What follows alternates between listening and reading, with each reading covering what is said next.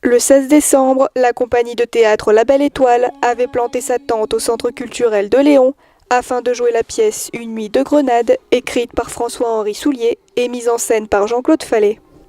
Le 19 août 1936, on apprend l'arrestation de Federico García Lorca et son ami Manuel de Falla, vivant aussi à Grenade, apprenant l'arrestation de son ami Lorca, va essayer de mettre tout son poids, le poids de sa notoriété. C'était un compositeur qui avait une certaine notoriété à cette époque-là, pour essayer de sauver son ami Lorca.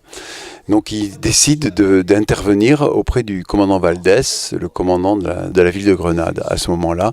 Alors c'est le fond historique, il n'y a pas eu en vrai historiquement cette confrontation, mais l'auteur a imaginé qu'elle aurait pu effectivement exister, qui permet cette confrontation entre la pensée totalitaire et l'artiste.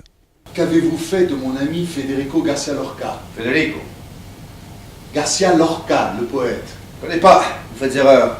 Ici, nous ne nous occupons pas de poésie, nous réglons le sort des criminels. Dans ce huis clos où les trois personnages confrontent leurs idées et leur façon de penser durant toute la pièce, le public découvre alors le climat qui régnait en Espagne sous la dictature du général Franco.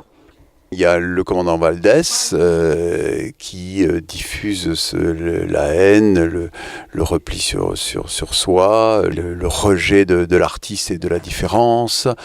Donc il y a ensuite Manuel de Falla, cet homme qui est plutôt dans le rachat, il est dans l'expiation on va dire, et il se réfugie dans un certain mysticisme, la religion catholique, etc.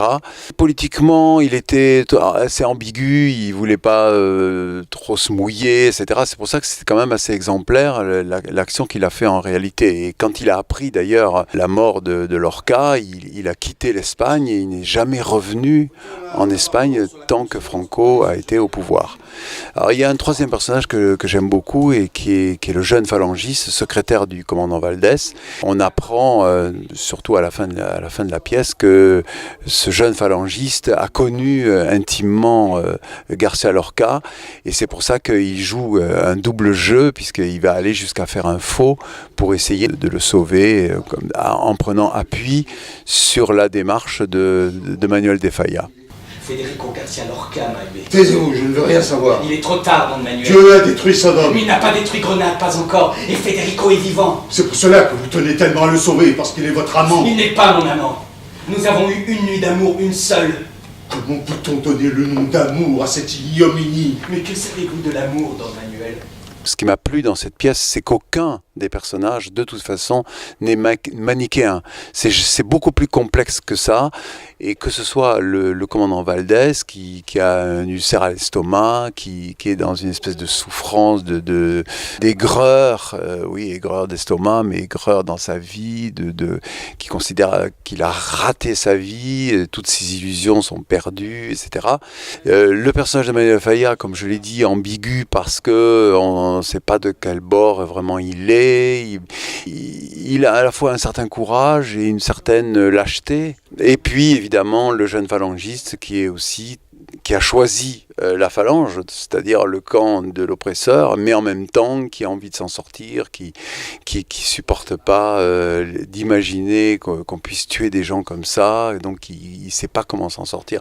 Et finalement c'est la clé un petit peu de ce spectacle, comment s'en sortir dans une situation horrible comme ça, de la guerre civile, de la guerre tout court d'ailleurs. S'il est dans ce dossier, c'est qu'il est vivant. Les morts, c'est chez moi. Si la pièce permet d'en apprendre plus sur cette période de l'histoire, souvent peu ou mal connue, elle permet aussi de s'interroger sur notre société actuelle à travers certains sujets qui sont encore d'actualité. Quelle société on est en train de construire pour nos enfants, où l'artiste, le journaliste, l'intellectuel, l'écrivain est contesté. Vous voyez, ça commence à faire peur. Et puis, avec tout ce qui s'est passé en Syrie, là où la pensée est bâillonnée, l'expression est empêchée, c'est des choses qui font peur. Alors donc, le rôle du théâtre, c'est aussi de renvoyer des choses comme ça. À partir du moment où l'objet de théâtre vaut le coup, et c'est vraiment le cas de cette pièce.